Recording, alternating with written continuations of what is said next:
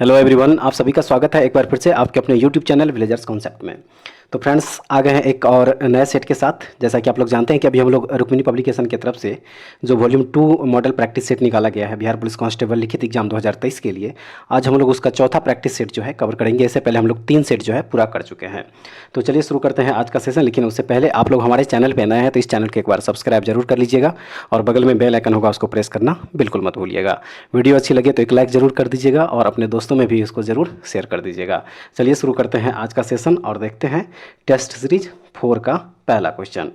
तो पहला क्वेश्चन जो दिया हुआ है वो है, पहला क्वेश्चन है कि एक प्रतिरोध की लंबाई L, उसके अनुप्रस्थ भाग का क्षेत्रफल A और प्रतिरोध R है। एक अन्य प्रतिरोधक जो उसी पदार्थ से बना हुआ है, लंबाई L/2 है, अनुप्रस्थ भाग का क्षेत्रफल 2A है, उसका प्रतिरोध कितना हो जाएगा? इसका जो सही आंसर हो जाएगा वो हो जाएगा ऑप्शन नंबर बी जो दिया हुआ है R/4, यही जो है इसका करेक्ट आंसर हो जाएगा।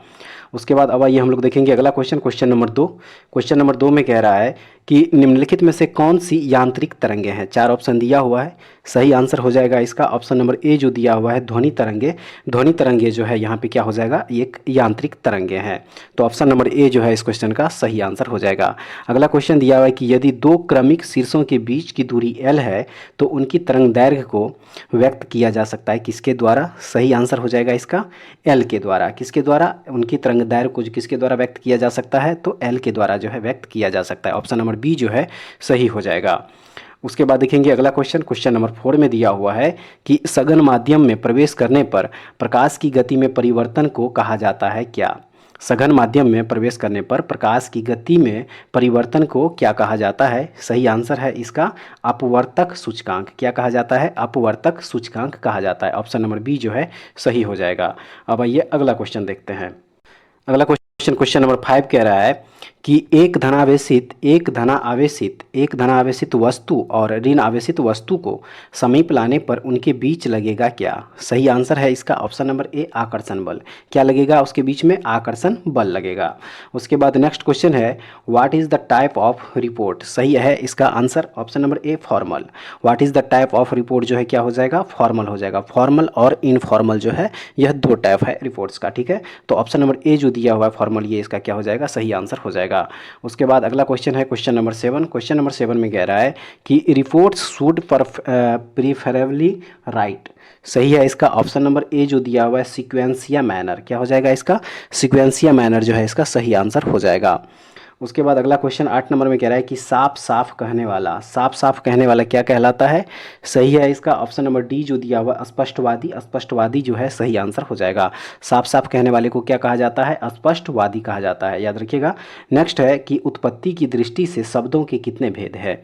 करेक्ट आंसर हो जाएगा ऑप्शन नंबर सी जो दिया हुआ है 4। उत्पत्ति की दृष्टि से शब्दों के कितने भेद हैं? तो 4 भेद है, याद रखिएगा। उसके बाद अगला क्वेश्चन देखेंगे क्वेश्चन नंबर 10। क्वेश्चन नंबर 10 में कह रहा है कि निम्न में से कौन देशज शब्द नहीं है? 4 ऑप्शन दिया हुआ है, सही हो जाएगा इसका ऑप्शन नंबर सी जो दिया हुआ है स्टेशन। स्टेशन क्या है? एक देशज शब्द नहीं है। बाकी लोटा, पगड़ी, खिचड़ी ये सब के शब्द क्या है? देशज शब्द है। नेक्स्ट है कि सांद्र नाइट्रिक अम्ल और सांद्र हाइड्रोक्लोरिक अम्ल का खाली जगह के अनुपात में मिश्रण एक्वारेजिया कहलाता है। यानी कि कितना अनुपात जो है इसका? एक्वारेजिया कहलाता है। सही है इसका 1:2, यानी कि 1:3, यानी कि 1 अनुपात सांद्र नाइट्रिक अम्ल और 3 अनुपात जो है सांद्र हाइड्रोक्लोरिक अम्ल क्या कहलाता है? एक्वारेजिया कहलाता है। ऑप्शन नंबर बी जो है सही हो जाएगा 1:3। नेक्स्ट देखेंगे क्वेश्चन नंबर 12। क्वेश्चन नंबर 12 में कह रहा है कि आवर्त सारणी की अवधि 4 में निम्नलिखित में से कौन सा निष्क्रिय गैस रखा गया है? सही हो जाएगा इसका ऑप्शन नंबर डी जो दिया हुआ है क्रिप्टन। क्रिप्टन जो है इसका सही आंसर हो जाएगा। नेक्स्ट देखेंगे क्वेश्चन नंबर 13। सबसे शक्तिशाली हाइड्रोजन आबंध निम्नलिखित में से किसके द्वारा व्यक्त किया जाता है? तो यह व्यक्त किया जाता है, याद रखिएगा, हाइड्रोजन फ्लोराइड। हाइड्रोजन फ्लोराइड जो है इसका सही आंसर हो जाएगा। हाइड्रोजन फ्लोराइड के द्वारा जो है व्यक्त किया जाता है। नेक्स्ट देखेंगे क्वेश्चन नंबर 14। क्वेश्चन नंबर 14 में दिया हुआ है कि परिवर्तनीय संयोजकता खाली मतलब किसके द्वारा प्रदर्शित की जाती है? तो यह प्रदर्शित की जाती है संक्रमण तत्व के द्वारा। परिवर्तनीय संयोजकता जो है वह किसके द्वारा प्रदर्शित की जाती है? तो यह प्रदर्शित की जाती है संक्रमण तत्व के द्वारा। ऑप्शन नंबर सी सही हो जाएगा। नेक्स्ट देखेंगे, परमाणु संख्या 57 वाला तत्व संबंधित होता है किस ब्लॉक से? तो यह संबंधित होता है, याद रखिएगा, डी ब्लॉक से। परमाणु संख्या 57 वाला तत्व जो है किससे संबंधित होता है? तो यह डी ब्लॉक से संबंधित होता है। उसके बाद अगला क्वेश्चन है, क्वेश्चन नंबर 16 में कह रहा है कि औषध रसायनज्ञ के लिए औषधि का सर्वाधिक उपयोगी वर्गीकरण है क्या? सही है इसका लक्ष्य अणुओं के आधार पर। लक्ष्य अणुओं के आधार पर जो है इसका सही आंसर हो जाएगा। उसके बाद देखेंगे अगला question, question number 17। Question number 17 में है कि टार्टेरिक अम्ल पाया जाता है किसमें किसमें? सही हो जाएगा इसका ऑप्शन नंबर सी जो दिया हुआ है 3 और 4, यानी कि कच्चे आमों में और अंगूरों में। कच्चे आमों में और अंगूरों में कौन सा अम्ल पाया जाता है? तो टार्टेरिक अम्ल पाया जाता है, याद रखिएगा। ऑप्शन नंबर सी जो है सही हो जाएगा। उसके बाद अगला क्वेश्चन है क्वेश्चन नंबर 18। क्वेश्चन नंबर 18 में कह रहा है, क्वेश्चन नंबर 18 में कह रहा है कि सूची 1 और सूची 2 से सुमेलित कर कूट द्वारा उत्तर दें। सही आंसर हो जाएगा इसका ऑप्शन नंबर ए जो दिया हुआ है, यही इसका करेक्ट आंसर हो जाएगा। यानी कि ए जो है क्या हो जाएगा? ए का 2, यानी कि साइट्रिक अम्ल जो है क्या हो जाएगा? साइट्रिक अम्ल हो जाएगा एस्परजिलस नाइगर, ठीक है। उसके बाद बी का क्या हो जाएगा? 1 हो जाएगा, यानी कि एसिटिक अम्ल जो है क्या हो जाएगा? एजोटोबैक्टर हो जाएगा। और सी का 3 हो जाएगा, यानी कि ब्यूटेरिक अम्ल जो है क्या हो जाएगा? कोलेस्ट्रीडियम ब्यूटाइलिकम, ठीक है। और डी क्या हो जाएगा? लैक्टिक अम्ल जो है लैक्टोबैसिलस हो जाएगा। अगला क्वेश्चन है क्वेश्चन नंबर 19, कह रहा है कि कौन से समूह में शामिल तत्व रंगहीन, स्वादहीन और गंध रहित गैसें हैं? सही है ऑप्शन नंबर सी जो दिया हुआ है शून्य समूह। शून्य समूह में शामिल तत्व जो है क्या होता है? रंगहीन होता है, स्वादहीन होता है और गंध रहित गैसें होता है। ऑप्शन नंबर सी सही हो जाएगा। अगला क्वेश्चन है कि सिग्मोइड कोलन किसका भाग है? सिग्मोइड कोलन किसका भाग है? सही है इसका बड़ी आंत का भाग है सिग्मोइड कोलन, याद रखिएगा। ऑप्शन नंबर बी सही हो जाएगा। उसके बाद अगला क्वेश्चन है क्वेश्चन नंबर 21, आंतरीय रसांकुरों की रक्तवाहिकाएं अवशोषित नहीं कर सकती है क्या? सही हो जाएगा इसका option number A fatty acid एवं ग्लिसरॉल। फैटी एसिड एवं ग्लिसरॉल जो है आंतरीय रसांकुरों की रक्त कोशिकाएं अवशोषित नहीं कर सकती है। नेक्स्ट देखेंगे, सामान्य एलर्जनों के लिए एलर्जी किसकी अति सक्रियता से उत्पन्न होती है? सही हो जाएगा इसका ऑप्शन नंबर सी जो है इसका करेक्ट आंसर हो जाएगा, याद रखिएगा ऑप्शन नंबर सी। उसके बाद देखेंगे अगला question, question number 23। Question number 23 में कह रहा है कि विटामिन के की विशिष्ट भूमिका किसके संश्लेषण में है? सही हो जाएगा इसका ऑप्शन नंबर डी, यानी कि प्रोथ्रोम्बिन। प्रोथ्रोम्बिन जो है इसका सही आंसर हो जाएगा, याद रखिएगा। और प्रोथ्रोम्बिन जो है थ्रोम्बिन प्रोटीन का निर्माण जो है यकृत के द्वारा होता है। किसके द्वारा होता है? यानी कि लीवर के द्वारा होता है। प्रोथ्रोम्बिन जो है कि एक प्रकार का क्या है? प्रोटीन है, और ये इसका जो निर्माण है वह यकृत के द्वारा किया जाता है, याद रखिएगा। और विटामिन के का यहाँ पे जो रासायनिक नाम हो जाएगा वो हो जाएगा फिलोक्विनिन, ये भी याद रखिएगा। अगला क्वेश्चन देखेंगे कि निम्न में से कौन सा जीवाणु अमोनिया को नाइट्राइट में परिवर्तित करता है? कौन सा जीवाणु? सही हो जाएगा इसका ऑप्शन नंबर सी जो दिया हुआ है नाइट्रोकोकस और नाइट्रोबैक्टर, ये दोनों के दोनों जीवाणु जो है वह क्या करता है? अमोनिया को नाइट्राइट में परिवर्तित करता है, याद रखिएगा। उसके बाद अगला क्वेश्चन है, क्वेश्चन नंबर 25। क्वेश्चन नंबर 25 में है कि रुधिर संचरण यानी कि ब्लड ट्रांसफ्यूजन लेने देने के लिए कौन सा सही सुमेलित नहीं है? सही हो जाएगा इसका ऑप्शन नंबर डी ओ, यानी कि किसी को नहीं दे सकता है। ऑप्शन नंबर डी जो है सही हो जाएगा। उसके बाद अगला क्वेश्चन नंबर 26। क्वेश्चन नंबर 26 में दिया हुआ है कि शरीर के किन भागों में रक्त का प्रवाह तेज होता है? शरीर के किन भागों में रक्त का प्रवाह तेज होता है? सही है इसका महाधमनी में। महाधमनी में क्या होता है? महाधमनी में क्या होता है? तो रक्त का प्रवाह जो है वह तेज होता है, याद रखिएगा। अगला क्वेश्चन है कि इनमें से कौन सा शैवाल समुद्री पानी में बहुत गहराई में मिल सकता है? करेक्ट आंसर हो जाएगा इसका ऑप्शन नंबर बी भूरी शैवाल। भूरी शैवाल जो है क्या होता है कि समुद्री पानी में जो है बहुत गहराई में मिल सकता है। कौन सा शैवाल? भूरी शैवाल, याद रखिएगा। उसके बाद अगला क्वेश्चन है क्वेश्चन नंबर 28। क्वेश्चन नंबर 28 में कह रहा है कि अधिकांश कीटों में लिंग निर्धारण का प्रकार है कौन सा? सही आंसर हो जाएगा इसका ऑप्शन नंबर डी, यानी कि उपरोक्त सभी। क्या हो जाएगा इसका आंसर? उपरोक्त सभी जो है सही आंसर हो जाएगा। नेक्स्ट देखेंगे कि पादप विषाणुओं में प्रायः होते हैं क्या? पादप यानी कि प्लांट वायरस में जो है प्रायः होते हैं क्या? सही आंसर हो जाएगा इसका ऑप्शन नंबर सी जो दिया हुआ है आरएनए। पादप विषाणु में प्रायः क्या होता है? तो आरएनए होता है, याद रखिएगा, यानी कि राइबोन्यूक्लिक एसिड। क्या हो जाएगा? राइबोन्यूक्लिक एसिड हो जाएगा, याद रखिएगा। राइबोन्यूक्लिक एसिड जो है प्रायः, याद रखिएगा, राइबोन्यूक्लिक एसिड जो है पादप विषाणु में प्रायः पाए जाते हैं। उसके बाद देखेंगे अगला question, question number 30। Question number 30 में दिया हुआ है, क्वेश्चन नंबर 30 में दिया हुआ है कि एलन के नियम के अनुसार ठंडे जलवायु वाले स्तनधारियों के पास होते हैं क्या? सही आंसर हो जाएगा इसका छोटे कान और छोटे पाद। एलन के नियम के अनुसार ठंडे जलवायु, याद रखिएगा, ठंडे जलवायु वाले स्तनधारियों के पास होते हैं क्या? होते हैं तो छोटे कान और छोटे पाद यानी कि पैर होते हैं। उसके बाद अगला क्वेश्चन है क्वेश्चन नंबर 31। क्वेश्चन नंबर 31 में दिया हुआ है, 31 में दिया हुआ है कि वैज्ञानिक प्रक्रिया जिसके द्वारा फसल पौधों को कुछ वांछित पोषक तत्वों से समृद्ध किया जाता है क्या कहलाता है? तो यह कहलाता है, याद रखिएगा, बायोफर्टिफिकेशन। क्या कहलाता है? बायोफोर्टिफिकेशन कहलाता है। उसके बाद देखेंगे अगला question, question number 32। Question number 32 देखिए मैथ का क्वेश्चन है, इसका जो है आंसर बता दे रहा है। इसका सही आंसर हो जाएगा 32 का option number B. Option number B जो है इसका सही आंसर हो जाएगा। उसके बाद जो है ऑप्शन नंबर, उसके बाद जो है नेक्स्ट क्वेश्चन है क्वेश्चन नंबर 33। इसका जो सही आंसर हो जाएगा वो हो जाएगा ऑप्शन नंबर डी। क्या हो जाएगा? ऑप्शन नंबर डी इसका सही आंसर हो जाएगा। उसी प्रकार क्वेश्चन नंबर 34 का जो आंसर हो जाएगा वो हो जाएगा ऑप्शन नंबर सी हो जाएगा, ठीक है। और उसके बाद अगला क्वेश्चन देखेंगे क्वेश्चन नंबर 35। इसका सही आंसर हो जाएगा option number B. Option number B जो है इस क्वेश्चन का सही आंसर हो जाएगा। अब आइए अगला क्वेश्चन देखते हैं, क्वेश्चन नंबर 36 में है कि निम्नलिखित में से कौन सी कर्नाटक की एक पूर्व की ओर बहने वाली नदी नहीं है? सही आंसर हो जाएगा इसका ऑप्शन नंबर बी, मांडवी नदी। मांडवी नदी जो है यह कर्नाटक की एक पूर्व की ओर बहने वाली नदी नहीं है। बाकी जो है मंजरा, तुंगभद्रा, भीम, ये सब के सब जो है कर्नाटक की पूर्व की ओर बहने वाली नदी है। बाकी ये मांडवी जो है, यहाँ पे मांडवी जो है, मांडवी ये पूर्व की ओर बहने वाली एक नदी नहीं है। मांडवी जो है, याद रखिएगा, गोवा राज्य की एक मुख्य नदी है। किस राज्य की है यह? गोवा, याद रखिएगा, गोवा राज्य की जो है एक मुख्य नदी है मांडवी, ठीक है। तो ऑप्शन नंबर बी जो है सही आंसर हो जाएगा। अब आइए अगला क्वेश्चन देखेंगे, 37 नंबर कह रहा है कि जब सरकार अपनी राजस्व आय से अधिक खर्च करती है तब इस आधिक्य को क्या कहा जाता है? इस आधिक्य को क्या कहा जाता है? सही आंसर हो जाएगा इसका ऑप्शन नंबर डी, यानी कि राजस्व घाटा। इसको क्या कहा जाता है? राजस्व घाटा कहा जाता है। नेक्स्ट है कि किस योजना में कृषि तथा संबंधित क्षेत्रों में औसत विकास दर सर्वाधिक रही है? किस योजना में? सही आंसर हो जाएगा इसका 8वीं योजना। 8वीं योजना यानी कि 1992 से 97 के बीच, 1992 से 97 के बीच जो है इस योजना में क्या हुआ था? तो कृषि तथा संबंधित क्षेत्रों में औसत विकास दर जो है सर्वाधिक रही थी। उसके बाद अगला क्वेश्चन देखेंगे, 39 नंबर कह रहा है कि प्लासी की जंग के बाद सिराजुद्दौला को मार दिया गया और किसको नवाब बनाया गया? सही आंसर है option number A, Mir Jafar को। प्लासी की जंग के बाद सिराजुद्दौला को मार दिया गया और मीर जाफ़र को क्या किया गया? तो नवाब बनाया गया था, याद रखिएगा। और प्लासी का जो युद्ध हुआ था यह कब हुआ था? 1757 ईस्वी में हुआ था, ये भी याद रखना है।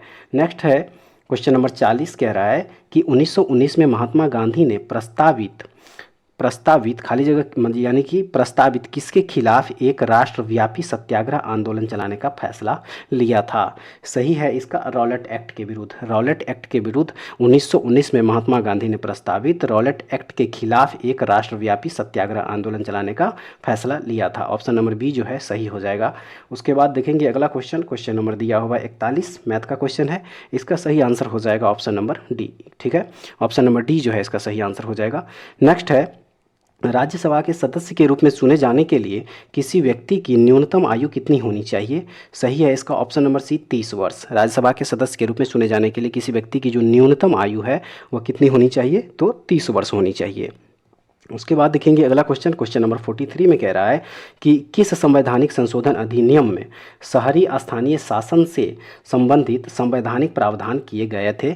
सही है इसका ऑप्शन नंबर ए, 74वां संवैधानिक संशोधन अधिनियम 1992। क्या हो जाएगा? 74वां संवैधानिक संशोधन अधिनियम 1992 जो है इसका सही आंसर हो जाएगा। उसके बाद अगला क्वेश्चन 44 नंबर में है कि भारत में सर्वोच्च न्यायालय के न्यायाधीशों, भारत के मुख्य न्यायाधीश सहित की अधिकतम संभावित संख्या कितनी होती है? सही आंसर है इसका ऑप्शन नंबर सी, 34। सर्वोच्च न्यायालय के मुख्य न्यायाधीश को मिला के टोटल जो है अभी वर्तमान में कितनी जो है अधिकतम संख्या होती है? तो वह होती है 34 यानी कि 34, ये याद रखना है। उसके बाद देखेंगे अगला question, question number 45। Question number 45 में दिया हुआ है कि भारतीय संविधान के किस अनुच्छेद के तहत भारत के सर्वोच्च न्यायालय की स्थापना हुई थी। सही आंसर है इसका ऑप्शन नंबर बी, अनुच्छेद 124 के तहत। अनुच्छेद 124 के तहत जो है भारत के सर्वोच्च न्यायालय की स्थापना हुई थी, याद रखिएगा। और इसकी जो स्थापना हुई थी वह हुई थी 28 जनवरी 1950 को। कब हुई थी? 28 जनवरी 1950। 28 जनवरी 1950 याद रखिएगा। 1950 ईस्वी को जो है सर्वोच्च न्यायालय की स्थापना हुई थी। उसके बाद अगला क्वेश्चन है क्वेश्चन नंबर 46 में कह रहा है कि भारतीय संविधान के निम्नलिखित अनुच्छेदों में से कौन सा अनुच्छेद राष्ट्रपति चुनाव की प्रक्रिया से संबंधित है। राष्ट्रपति चुनाव की प्रक्रिया से संबंधित है। सही है इसका अनुच्छेद 55। अनुच्छेद 55 जो है वह राष्ट्रपति चुनाव की प्रक्रिया से संबंधित है। उसके बाद अगला क्वेश्चन है कि भारतीय संविधान का निम्नलिखित में से कौन सा अनुच्छेद राष्ट्रीय आपातकाल से संबंधित है। सही आंसर हो जाएगा इसका ऑप्शन नंबर ए, अनुच्छेद 352। अनुच्छेद 352 जो है वह राष्ट्रीय आपातकाल से संबंधित है, याद रखना है। उसके बाद अगला क्वेश्चन देखेंगे। अगला क्वेश्चन है कि निम्नलिखित में से किसे राज्य मानवाधिकार आयोग के अध्यक्ष या किसी अन्य सदस्य को हटाने का अधिकार प्राप्त है। तो यह अधिकार प्राप्त है, याद रखिएगा, भारत के राष्ट्रपति को। किसको प्राप्त है? भारत के राष्ट्रपति को प्राप्त है राज्य मानवाधिकार आयोग के अध्यक्ष या किसी अन्य सदस्य को हटाने का। उसके बाद देखेंगे हम लोग अगला question, question number 49। Question number 49 में दिया हुआ है कि राज्य लोक सेवा आयोग के अध्यक्ष और अन्य सदस्यों की नियुक्ति कौन करता है। राज्य लोक सेवा आयोग के अध्यक्ष और अन्य सदस्यों की नियुक्ति कौन करता है। तो यह नियुक्ति करता है, याद रखिएगा, राज्य के राज्यपाल। किसके द्वारा किया जाता है? राज्य के राज्यपाल के द्वारा जो है यह नियुक्ति किया जाता है। उसके बाद देखेंगे अगला question, question number 50। Question number 50 में है कि भारत में निम्नलिखित में से कौन सर्वोच्च है। सही आंसर हो जाएगा इसका ऑप्शन नंबर डी, संविधान। भारत में निम्नलिखित में से कौन सा सर्वोच्च है। तो यह है संविधान। ठीक है। उसके बाद अगला क्वेश्चन देखेंगे कि भारतीय संविधान की प्रस्तावना में प्रयुक्त निम्नलिखित में से किस शब्द पद का अर्थ है विशेषाधिकार का अभाव। सही आंसर हो जाएगा इसका समानता। समानता का जो है, समानता का जो अर्थ है वह है विशेषाधिकार का अभाव। अब आइए अगला क्वेश्चन देखते हैं। क्वेश्चन नंबर 52 में कह रहा है कि निम्नलिखित में से कौन सा देश बिम्स्टेक का सदस्य नहीं है। सही आंसर हो जाएगा इसका मालदीव। मालदीव जो है बिम्स्टेक का सदस्य देश नहीं है। ठीक है। और बात करें अगर बिम्स्टेक की, तो बिम्स्टेक की जो वर्तमान सदस्य है वह टोटल 7 देश है। कितने हैं? टोटल 7 देश जो है बिम्स्टेक के वर्तमान में सदस्य देश है, याद रखिएगा। उसके बाद अगला क्वेश्चन है क्वेश्चन नंबर 53 कि किस भारतीय राज्य की मुख्य भूमि की तटरेखा सबसे लंबी है। तटरेखा सबसे लंबी है, सही है, option number D, Gujarat. Gujarat राज्य की जो तटरेखा है वह सबसे लंबी है, याद रखिएगा। उसके बाद अगला क्वेश्चन है कि गोबी मरुस्थल निम्नलिखित में से किस महाद्वीप में स्थित है। तो यह स्थित है एशिया महाद्वीप में। कौन से? एशिया महाद्वीप में जो है गोबी मरुस्थल स्थित है, याद रखिएगा। और यह मंगोलिया से लेकर चीन तक जो है विस्तारित है। ठीक है। उसके बाद अगला क्वेश्चन देखेंगे। अगला क्वेश्चन है कि कौन सा वैज्ञानिक खाद्य अनाज क्रांति से संबंधित है जिसने शांति के लिए नोबेल पुरस्कार प्राप्त किया। सही आंसर हो जाएगा इसका option number B, doctor N E. Borlaug. Doctor N E. Borlaug को जो है शांति के क्षेत्र में नोबेल पुरस्कार प्राप्त हुआ था। नेक्स्ट है डॉक्टर जीवागो के लेखक है कौन। डॉक्टर जीवागो के लेखक कौन है? सही है इसका बोरिस पास्टरनेक। बोरिस पास्टरनेक जो है डॉक्टर जीवागो के लेखक हैं। नेक्स्ट है कि प्रतिवर्ष अंतर्राष्ट्रीय लोकतंत्र दिवस कब मनाया जाता है। तो यह मनाया जाता है, याद रखिएगा, 15 सितंबर को। 15 सितंबर को जो है प्रतिवर्ष क्या मनाया जाता है? अंतर्राष्ट्रीय लोकतंत्र दिवस जो है मनाया जाता है। उसके बाद देखेंगे अगला क्वेश्चन कि भारत का पहला प्रमुख समाचार पत्र बंगाल गजट किस वर्ष में शुरू किया गया था। तो यह शुरू किया गया था, याद रखिएगा, 1780 ईस्वी में। 1780 ईस्वी में जो है बंगाल गजट जो है पहली बार शुरू किया गया था। और यह शुरू किया गया था किसके द्वारा? तो जेम्स ऑगस्टन हिक्की के द्वारा, याद रखिएगा, किसके द्वारा? जेम्स ऑगस्टन हिक्की के द्वारा। ठीक है। उसके बाद देखेंगे अगला क्वेश्चन, क्वेश्चन नंबर 59 में कह रहा है कि पूर्वी गंग वंश के राजा नरसिंह देव प्रथम ने किस विश्व विरासत स्थल का निर्माण कराया था। सही है इसका सूर्य मंदिर का। किसका? सूर्य मंदिर का जो है निर्माण कराया था पूर्वी गंग वंश के राजा नरसिंह देव प्रथम। उसके बाद हम लोग देखेंगे अगला question, question number 60। Question number 60 में है कि नई दिल्ली और इसकी इमारतों को डिजाइन करने वाले 2 वास्तुकार कौन थे। तो वो 2 वास्तुकार थे एडवर्ड लुटियंस और हर्बर्ट बेकर। एडवर्ड लुटियंस और हर्बर्ट बेकर, याद रखिएगा। उसके बाद देखेंगे अगला question, question number 61। Question number 61 में है, क्वेश्चन नंबर 61 में देखिए मैथ का क्वेश्चन, इसका सही आंसर हो जाएगा ऑप्शन नंबर ए, 42 दिन, याद रखिएगा। उसके बाद देखेंगे अगला क्वेश्चन क्वेश्चन दिया हुआ क्वेश्चन नंबर 62, क्वेश्चन नंबर 62 में है ये भी मैथ का क्वेश्चन है। तो देखिए इसका आंसर जो हो जाएगा वो हो जाएगा option number B, 60 centimetre square हो जाएगा इसका आंसर। ठीक है, उसके बाद अगला क्वेश्चन 63 में है, इसका सही आंसर हो जाएगा ऑप्शन नंबर डी, 15 दिन हो जाएगा। और उसके बाद देखेंगे अगला क्वेश्चन, क्वेश्चन नंबर 64, इसका जो सही आंसर हो जाएगा वो हो जाएगा ऑप्शन नंबर डी, इसका भी आंसर हो जाएगा -1/2 जो है सही आंसर हो जाएगा। नेक्स्ट 65 नंबर में है, इसका सही आंसर हो जाएगा ऑप्शन नंबर डी, 11/48। ठीक है, उसका ये देखते हैं अगला क्वेश्चन, क्वेश्चन नंबर 66, 16 महाजन पदों के बारे में किस बौद्ध ग्रंथ से जानकारी मिलती है? करेक्ट आंसर हो जाएगा इसका ऑप्शन नंबर ए, अंगुत्तर निकाय से। अंगुत्तर निकाय से जो है 16 महाजन पदों के बारे में जो है जानकारी मिलती है। नेक्स्ट है कि श्रीलंका को किस वर्ष में आज़ादी मिली थी? श्रीलंका को किस वर्ष में आज़ादी मिली थी? तो श्रीलंका को आज़ादी मिली थी 1948 ईस्वी में। कब? 1948 ईस्वी में। नेक्स्ट है तुर्की की राजधानी का नाम क्या है? तुर्की की राजधानी जो है वह कहाँ है? तो तुर्की की जो राजधानी है वह है, याद रखिएगा ऑप्शन नंबर सी जो है अंकारा। क्या हो जाएगा? अंकारा जो है इसका सही आंसर हो जाएगा। नेक्स्ट देखेंगे क्वेश्चन नंबर 69, कह रहा है कि ग्रेट लीप फॉरवर्ड अभियान का संबंध निम्नलिखित में से किससे है? सही आंसर है इसका ऑप्शन नंबर बी, चीन की अर्थव्यवस्था में औद्योगिकीकरण को बढ़ावा देना। ग्रेट लीप फॉरवर्ड अभियान जो है इसी से संबंधित है। उसके बाद अगला क्वेश्चन है कि प्रसिद्ध पर्वतीय स्टेशन कोडाई कनाल कहाँ स्थित है? कोडाई कनाल जो है यह कहाँ स्थित है? तो याद रखिएगा यह स्थित है पालनी हिल्स से। यह कहाँ है? पालनी हिल्स से। और यह किस राज्य में है? तो यह है तमिलनाडु में। कहाँ है? तमिलनाडु में है, याद रखिएगा तमिलनाडु में। ठीक है, कोडाईकनाल कहाँ स्थित है? तमिलनाडु में है। नेक्स्ट देखेंगे क्वेश्चन नंबर 71 कह रहा है कि सरकार अनिवार्यतः कितनी फसलों के लिए न्यूनतम समर्थन मूल्य यानी कि MSP की घोषणा करती है? सही आंसर हो जाएगा इसका ऑप्शन नंबर ए, 23। कितनी फसलों के लिए? तो 23 फसलों के लिए 23 फसलों के लिए जो है न्यूनतम समर्थन मूल्य यानी कि MSP की घोषणा करती है। अगला है वस्तुओं और सेवाओं के उत्पादन के लिए सबसे कम क्या आवश्यकता है? सही है इसका ऑप्शन नंबर डी, लोगों को शिक्षित करने के लिए संस्थान। नेक्स्ट देखेंगे अगला क्वेश्चन 73 नंबर कह रहा है कि भारतीय अंतर्राष्ट्रीय खिलाड़ी KM बीनामोल किस खेल से संबंधित है? तो यह संबंधित है, याद रखिएगा एथलेटिक्स से। ऑप्शन नंबर सी जो है सही हो जाएगा। उसके बाद देखेंगे 74 नंबर क्वेश्चन कह रहा है कि GVA अर्थव्यवस्था के किसी क्षेत्र, उद्योग या अखंड या प्रखंड में उत्पादित वस्तुओं और सेवाओं के मूल्य की माप होती है। GVA का पूर्ण स्वरूप क्या है? यानी कि GVA का पूर्ण जो है रूप क्या है? सही है इसका ऑप्शन नंबर ए, यानी कि ग्रॉस वैल्यू एडेड। GVA का फुल फॉर्म क्या है? ग्रॉस वैल्यू एडेड, याद रखिएगा। उसके बाद देखेंगे अगला क्वेश्चन 75 नंबर कह रहा है कि MSP में वृद्धि ने किसानों को मोटे अनाज के लिए उत्पादन से खाली जगह के उत्पादन के लिए भूमि को तैयार करने के लिए मजबूर किया है। सही है इसका ऑप्शन नंबर यहाँ पे हो जाएगा सी, गेहूं और चावल। क्या हो जाएगा? गेहूं और चावल हो जाएगा। उसके बाद अगला क्वेश्चन 76 नंबर में दिया हुआ है कि स्टैंड अप इंडिया योजना में ग्रीनफील्ड उद्यम स्थापित करने के लिए कितने रुपए के बीच बैंक ऋण की सुविधा हर बैंक की शाखा में कम से कम एक अनुसूचित जाति यानी कि शेड्यूल कास्ट या अनुसूचित जनजाति यानी कि शेड्यूल ट्राइब के ऋणी को और कम से कम एक महिला को प्रदान की जाती है? सही हो जाएगा इसका 10 लाख और 1 करोड़। क्या हो जाएगा? 10 लाख और 1 करोड़ हो जाएगा। उसके बाद देखेंगे अगला क्वेश्चन 77 नंबर में दिया हुआ है कि किसी देश द्वारा एक वित्तीय वर्ष के दौरान उत्पादित वस्तुओं और सेवाओं के मूल्य का योग क्या कहलाता है? तो यह कहलाता है राष्ट्रीय आय। क्या कहलाता है? राष्ट्रीय आय कहलाता है।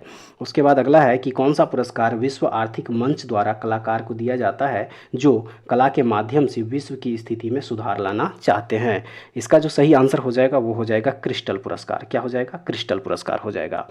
अब आइए अगला क्वेश्चन देखेंगे, क्वेश्चन नंबर 79, कंपन स्वरी यानी कि इंडियोफोन्स वाद्य यंत्रों को नाट्य शास्त्र में क्या कहा जाता है? तो यह कहा जाता है घन वाद्य। क्या कहा जाता है? क्या कहा जाता है? घन वाद्य कहा जाता है। अगला क्वेश्चन है कि निम्नलिखित में से किस भारतीय फुटबॉल खिलाड़ी का उपनाम सिक्किमीज स्नाइपर है? क्या है? सिक्किमीज स्नाइपर। तो वह खिलाड़ी है बाइचुंग भूटिया। बाइचुंग भूटिया। ठीक है, उसके बाद अगला क्वेश्चन देखेंगे 81 नंबर दिया हुआ है कि अर्जुन तपस्या दुनिया की सबसे बड़ी नक्काशीदार मूर्तियों में से एक है जो कहाँ स्थित है? तो यह स्थित है महाबलीपुरम तमिलनाडु में। कहाँ स्थित है? महाबलीपुरम तमिलनाडु में स्थित है। उसके बाद देखेंगे अगला क्वेश्चन दिया हुआ है कि ब्रिटेन के प्रधानमंत्री ऋषि सुनक द्वारा 2023 का पॉइंट ऑफ लाइट अवार्ड से किस भारतीय को सम्मानित किया गया? तो यह सम्मानित किया गया है राजिंदर सिंह भट्ट को। राजिंदर सिंह भट्ट को जो है यह अवार्ड से सम्मानित किया गया है। अब आइए अगला क्वेश्चन देखेंगे। अगला क्वेश्चन दिया हुआ है क्वेश्चन नंबर 83। क्वेश्चन नंबर 83 में है कि जून 2023 में 16वां विशेष ओलंपिक खेल का आयोजन किस देश में हुआ? तो यह आयोजन हुआ है जर्मनी। कहाँ हुआ है? जर्मनी, बर्लिन में हुआ है, याद रखिएगा।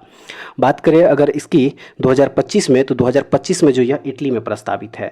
2023 में जो है यह जर्मनी में हुआ है और 2025 में जो है यह इटली में प्रस्तावित है तथा 2027 में यह ऑस्ट्रेलिया में इसका आयोजन होगा। नेक्स्ट है कि पूर्वोत्तर भारत की पहली एयरलाइन कंपनी को परिचालन शुरू करने की स्वीकृति प्राप्त हुई है। सही आंसर हो जाएगा इसका option number C, Jet Wings Airways को। जेट विंग्स एयरवेज जो है इसका सही आंसर हो जाएगा। अब आइए अगला क्वेश्चन देखेंगे। क्वेश्चन नंबर 85 में है कि दिल्ली सेवा विधेयक 2023 के पक्ष में राज्यसभा में कितने मत पड़े? सही आंसर हो जाएगा इसका 131। दिल्ली सेवा विधेयक 2023 के पक्ष में राज्यसभा में कितने मत पड़े थे पक्ष में? तो यह पड़े थे 131 वोट। उसके बाद अगला क्वेश्चन 86 नंबर में दिया हुआ है कि हर घर जल प्रमाणित जिलों में जल जीवन मिशन कार्यान्वयन में कौन सा शहर शीर्ष पर है? तो वह शहर है श्रीनगर। क्या हो जाएगा यहाँ पे? श्रीनगर जो है सही हो जाएगा। अगला क्वेश्चन है choose the meaning of the Adam give up. Adam दिया हुआ है गिव अप और इसके लिए क्या करना है? मीनिंग जो है यहाँ पे चूज करना है। सही आंसर हो जाएगा इसका रिनॉन्स। क्या हो जाएगा यहाँ पे? रिनॉन्स हो जाएगा। गिव अप का जो मतलब होता है वह होता है त्याग करना। क्या होता है? त्याग करना होता है, याद रखिएगा। यहाँ पे क्या हो जाएगा? त्याग करना होता है। उसके बाद देखेंगे अगला क्वेश्चन। क्वेश्चन नंबर 88 में दिया हुआ है चूज द करेक्ट ट्रांसलेशन। दिया हुआ है तुमने गलती की है। इसका जो सही ट्रांसलेशन हो जाएगा वो हो जाएगा you have made a mistake. You have made a mistake जो है सही आंसर हो जाएगा। उसके बाद देखेंगे अगला क्वेश्चन 89 नंबर में दिया हुआ है, कह रहा है कि चूज सुटेबल प्रीपोजिशन। प्रीपोजिशन जो है क्या करना है? यहाँ पे चूज करना है। सेंटेंस दिया हुआ है शीला लिव्स ब्लैंक है हर पेरेंट्स। तो यहाँ पे जो सुटेबल प्रीपोजिशन हो जाएगा वो हो जाएगा यहाँ पे विथ। क्या हो जाएगा यहाँ पे? विथ हो जाएगा। ठीक है, यहाँ पे विथ हो जाएगा। ऑप्शन नंबर बी सही हो जाएगा। नेक्स्ट है सी इज़ नन, उसके बाद है मी। तो यहाँ पे जो प्रीपोजिशन हो जाएगा वो हो जाएगा टू। यहाँ पे क्या हो जाएगा? टू हो जाएगा, ऑप्शन नंबर ए। नेक्स्ट देखेंगे 91 नंबर क्वेश्चन में दिया हुआ है कि choose the correct verb form. Correct verb form जो है यहाँ पे क्या करना है? चूज करना है। सही हो जाएगा इसका डज। यहाँ पे क्या हो जाएगा? डज हो जाएगा, यानी कि हर uncle does not have a car. Next है कि यदि तापमान बढ़ता है तो ध्वनि की गति क्या होगी? सही है इसका बढ़ जाएगी। यदि तापमान बढ़ती है तो ध्वनि की गति भी क्या हो जाएगी? बढ़ जाएगी, यानी कि बढ़ती है। उसके बाद देखेंगे अगला क्वेश्चन। क्वेश्चन नंबर दिया हुआ है 93। क्वेश्चन नंबर 93 में दिया हुआ है कि एक बर्तन जिसमें दो समतल दर्पण समकोण पर लगाए गए हैं पानी से भर दिया जाता है तो आपतित किरण में कुल विचलन क्या होगा? तो इसका सही आंसर हो जाएगा ऑप्शन नंबर डी, यानी कि 180 डिग्री हो जाएगा, याद रखिएगा। उसके बाद देखेंगे अगला क्वेश्चन 94 में दिया हुआ है कि निम्नलिखित की भिन्नता के कारण संपीड़न और विरलीकरण उत्पन्न होते हैं। भिन्नता के कारण, किसकी भिन्नता के कारण? सही है इसका हवा का दबाव। यहाँ पे क्या हो जाएगा? हवा का दबाव हो जाएगा। उसके बाद अगला क्वेश्चन है जब दो समान बल किसी निकाय पर और विपरीत दिशा में कार्य कर रहे हो तो निकाय पर कार्य करने वाला बल बन जाता है क्या? सही हो जाएगा इसका शून्य। क्या हो जाएगा? शून्य हो जाएगा। अब आइए अगला क्वेश्चन देखेंगे 96 नंबर क्वेश्चन में है कि निम्न में से कौन सा अणु समतलीय है? समतलीय है, सही हो जाएगा इसका ऑप्शन नंबर बी हो जाएगा। ठीक है, अब आइए अगला क्वेश्चन देखेंगे। अगला क्वेश्चन दिया हुआ है क्वेश्चन नंबर 97। क्वेश्चन नंबर 97 में दिया हुआ है कि जो क्रिया अभी हो रही हो उसे कहते हैं क्या? जो क्रिया अभी हो रही हो उसे कहते हैं क्या? सही हो जाएगा इसका तात्कालिक वर्तमान। क्या हो जाएगा? तात्कालिक वर्तमान हो जाएगा। नेक्स्ट है आग शब्द क्या है? आग शब्द जो है यहाँ पे पूछा जा रहा है क्या है? तो आग शब्द जो है यह तद्भव शब्द है। क्या है? तद्भव शब्द है, याद रखिएगा। उसके बाद देखेंगे अगला क्वेश्चन नंबर 99। क्वेश्चन नंबर 99 में दिया हुआ है कि उसने कहा था लेकिन नहीं आया, कौन सा वाक्य है? तो यह वाक्य हो जाएगा यहाँ पे संयुक्त वाक्य। क्या हो जाएगा? संयुक्त वाक्य हो जाएगा। अब आइए हम लोग देखेंगे इस टेस्ट सीरीज का लास्ट क्वेश्चन दिया हुआ है कि निम्न में से गुणवाचक विशेषण नहीं है। निम्न में से गुणवाचक विशेषण नहीं है। तो कुछ जो है यहाँ पे ऑप्शन नंबर डी में जो दिया हुआ है कुछ, यह जो है गुणवाचक विशेषण नहीं है। तो इसका जो सही आंसर हो जाएगा वो हो जाएगा ऑप्शन नंबर डी।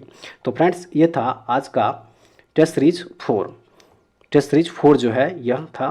और उम्मीद है कि आप लोगों को इस सेट का सारा क्वेश्चन जो है थोड़ा सा टफ टाइप का क्वेश्चन जो है लगा होगा। फिर भी एक बार आप लोग कमेंट्स करके ज़रूर बताइएगा कि आप लोगों की जो है इसमें टोटल कितना क्वेश्चन सही कर पाए। अगर आप लोगों को इसका PDF चाहिए तो हमारे टेलीग्राम चैनल विलेजर्स कॉन्सेप्ट को ज्वाइन कर लीजिए, वहाँ से आंसर टिक किया हुआ PDF फ्री में डाउनलोड करके आप लोग देख सकते हैं। तो ऐसे वीडियो पाने के लिए हमारे चैनल के साथ जुड़े रहिए। अगर आप लोग नए हैं तो इस चैनल को एक बार सब्सक्राइब जरूर कर दीजिएगा।